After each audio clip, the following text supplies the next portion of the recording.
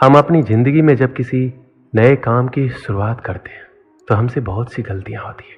लेकिन कई बार ऐसा भी होता है कि सब कुछ सही रहता है। लेकिन कुछ लोग ऐसे भी होते हैं जो बार बार होने वाली गलतियों की वजह से हार मान लेते हैं।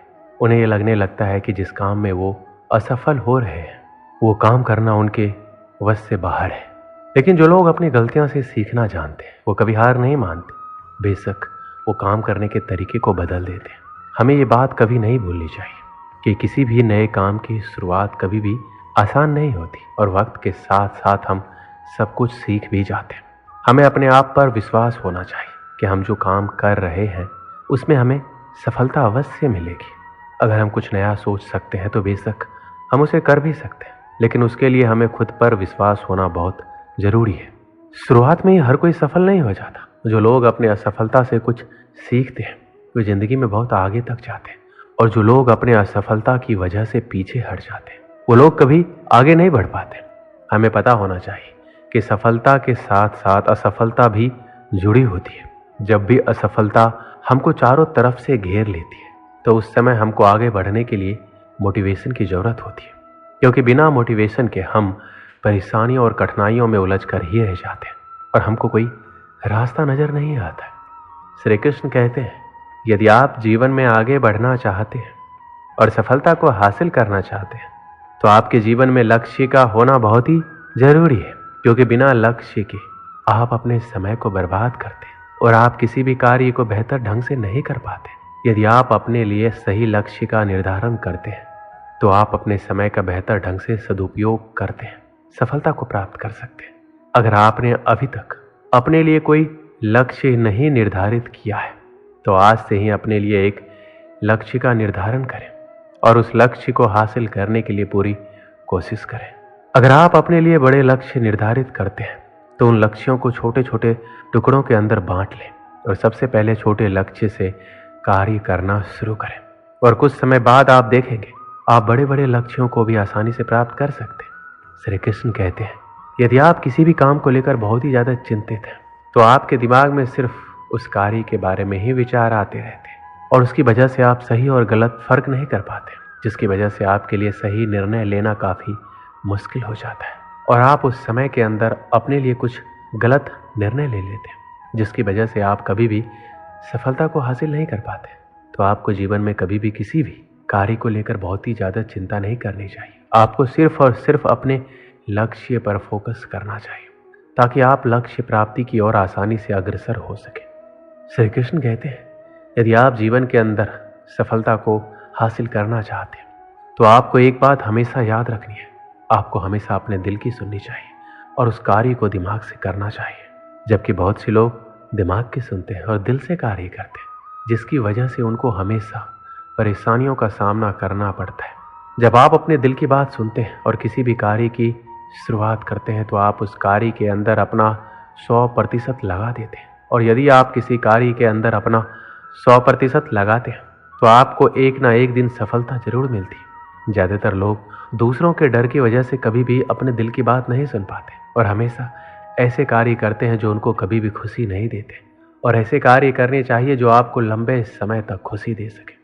श्री कृष्ण कहते हैं, आप सबके जीवन में बहुत सारे चुनौती होते हैं, लेकिन अगर हम अपने अंदर की शक्ति को जान लें तो हम हर मुश्किल का सामना कर सकते हैं। जीवन एक संघर्ष है जिसमें हार और जीत दोनों होते हैं, लेकिन हार से हार नहीं मानना चाहिए। हमें हमेशा संघर्ष करते रहना चाहिए, हमें खुद पर विश्वास रखना चाहिए और हमेशा अपने लक्ष्य की तरफ बढ़ते रहना चाहिए। हमें अपने सपनों के लिए काम करना चाहिए और हमेशा एक सकारात्मक सोच रखनी चाहिए। जीवन में कोई भी मुश्किल हो, हमें हमेशा सकारात्मक होकर समस्या का सामना करना चाहिए। यदि हम सकारात्मक रहते हैं तो हम हमेशा अपने लक्ष्य को पूरा कर सकते हैं। श्री कृष्ण कहते हैं, सफलता कभी भी एक दिन के अंदर नहीं मिलती है, लेकिन एक दिन आपको जरूर मिलती है। जीवन में आपको कदम कदम पर कठिनाइयों और मुश्किलों का सामना करना पड़ता है, लेकिन यदि आप मानसिक रूप से मजबूत हैं तो आप जीवन की बड़ी बड़ी कठिनाइयों का सामना बहादुरी के साथ कर सकते हैं। जीवन में यदि आपके सामने कितनी भी बड़ी मुश्किल क्यों ना आए, आपको सिर्फ एक बात याद रखनी है और आपको बोलना है कि कोई भी मुश्किल और कठिनाइयाँ और समस्या मुझसे बड़ी नहीं है। जिंदगी में हर इंसान के जीवन में एक ऐसा समय आता है जब उसको लगता है कि अब सब कुछ खत्म हो गया है, तो उस समय यदि आपके अंदर आगे बढ़ने की हिम्मत होती है तो ही आप सफलता के शिखर को छू पाते हैं। अगर आप एक छात्र हैं, असफल हो जाते हैं, तो इसका ये मतलब नहीं है कि दोबारा प्रयास ना करें। असफलता आपके लिए एक अवसर होती है। आप इससे बहुत कुछ सीख सकते हैं। इससे आप अधिक समझदार बनेंगे और अपनी सफलता की राह को बेहतर ढंग से समझेंगे। अपने आप को माने और दूसरों के बारे में सोचना बंद करें। अपने आप को उन सफल लोगों से तुलना ना करें जो आपकी उम्र से कई गुना ज्यादा सफल हो चुके हैं। आपका मार्ग आपका होता है और आपको उसी के अनुसार आगे बढ़ना चाहिए। अपने लक्ष्य को समझें और उसे पाने के लिए मेहनत करें। लक्ष्य स्पष्ट होना चाहिए और उसके लिए आपके पास एक योजना होनी चाहिए। सफल होने के लिए आपको अपने आप पर भरोसा होना चाहिए। आपको अपनी क्षमताओं पर विश्वास होना चाहिए। आपके पास साधन न होने की वजह से आप असफल नहीं हो सकते। आपकी सफलता आपके अंदर होने वाले विश्वास पर निर्भर करती है। और अंत में मैं ये कहना चाहूंगा कि आप सफल हो सकते हैं। आपकी सफलता आपके उत्साह, मेहनत और विश्वास पर निर्भर करती है। अपनी सोच और कार्यों में सकारात्मक रहें और अपने लक्ष्य की ओर अग्रसर रहें। बहुत समय पहले की बात है।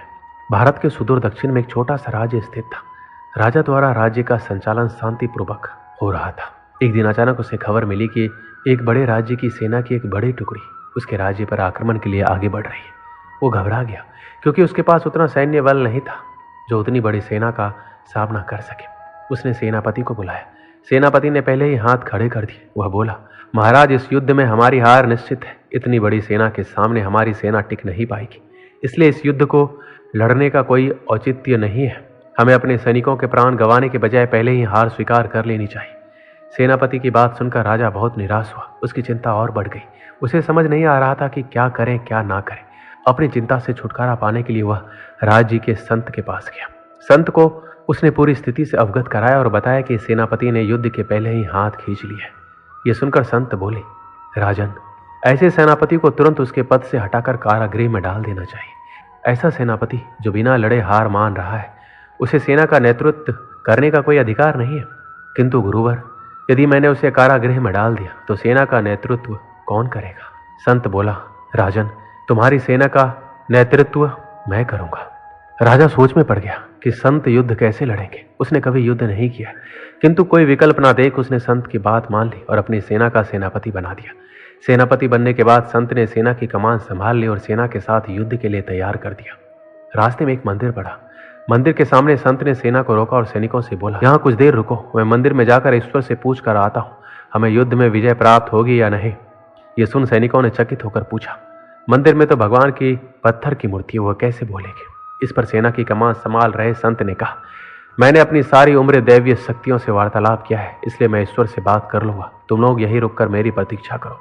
ये कहकर संत मंदिर में चले गए। कुछ देर बाद जब वापस लौटे तो सैनिकों ने पूछा, ईश्वर ने क्या कहा? संत ने उत्तर दिया, ईश्वर ने कहा, यदि रात में इस मंदिर में कोई प्रकाश दिखाई पड़े तो हमारी विजय निश्चित है। पूरी सेना रात होने की प्रतीक्षा करने लगी। रात हुई, मंदिर में उन्हें प्रकाश दिखाई पड़ा। यह देख सेना खुशी से झूम उठी। उन्हें विश्वास हो गया कि अब वो युद्ध जीत लेंगे। उनका मनोबल बढ़ गया और वो जीत के मंसूबे से युद्ध के मैदान में पहुंचे। युद्ध 21 दिन चला। सेना जी जान से लड़ी, फलस्वरूप उनकी विजय हुई। विजयी सेना के वापस आते ही फिर वही मंदिर पड़ा। तब सैनिकों ने संत से कहा, ईश्वर के कारण हमारा विजय हुआ है, आप जाकर उन्हें धन्यवाद दिए आए। संत ने उत्तर दिया, इसकी कोई आवश्यकता नहीं है। यह सुनकर सैनिक कहने लगे, आप कितने कृतघ्न हैं। जिस ईश्वर ने मंदिर में रोशनी कर हमें जीत दिलाई, आप उनका धन्यवाद नहीं कर रहे। तब संत ने कहा, उस रात मंदिर से आने वाली रोशनी एक दिए की थी और वो दिया मैं यहाँ जलाकर लाया था। दिन में तो वो रोशनी दिखाई नहीं पड़ी, किंतु रात होते ही दिखाई देने लगी। दिए की रोशनी देखकर तुम सबने मेरी बात पर विश्वास कर लिया और युद्ध में विजय हमारी हुई। इस तरह तुम सबका मनोबल बढ़ गया था और तुम जीत के विश्वास के साथ युद्ध में गए और असंभव लगने वाली विजय तुमने प्राप्त की।